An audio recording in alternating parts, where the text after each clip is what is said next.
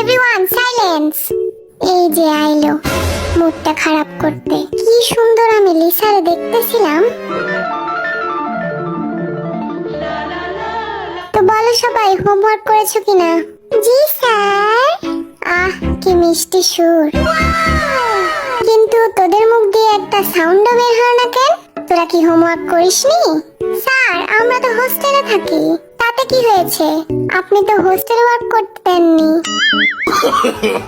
No, no, no, no. চুপ কর লাফাঙ্গার দল, ওদের দেখে কিছু শিখ, বুঝলি? স্যার আমার একটা কমপ্লেইন ছিল। এই ছেলেগুলো না আমাদের অনেক ডিস্টার্ব করে। কিরে এসব কি শুনতেছি আমি? স্যার আমার রোজকে অনেক ভাল লাগে। কিরে তোর কি লজ্জা শরম বলতে কিছু নাই?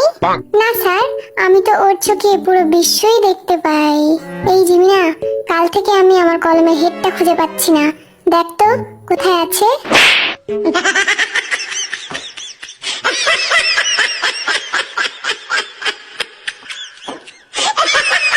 পিটিয়ে পিছের ছাল তুলে নেব বেয়াদব গুলা।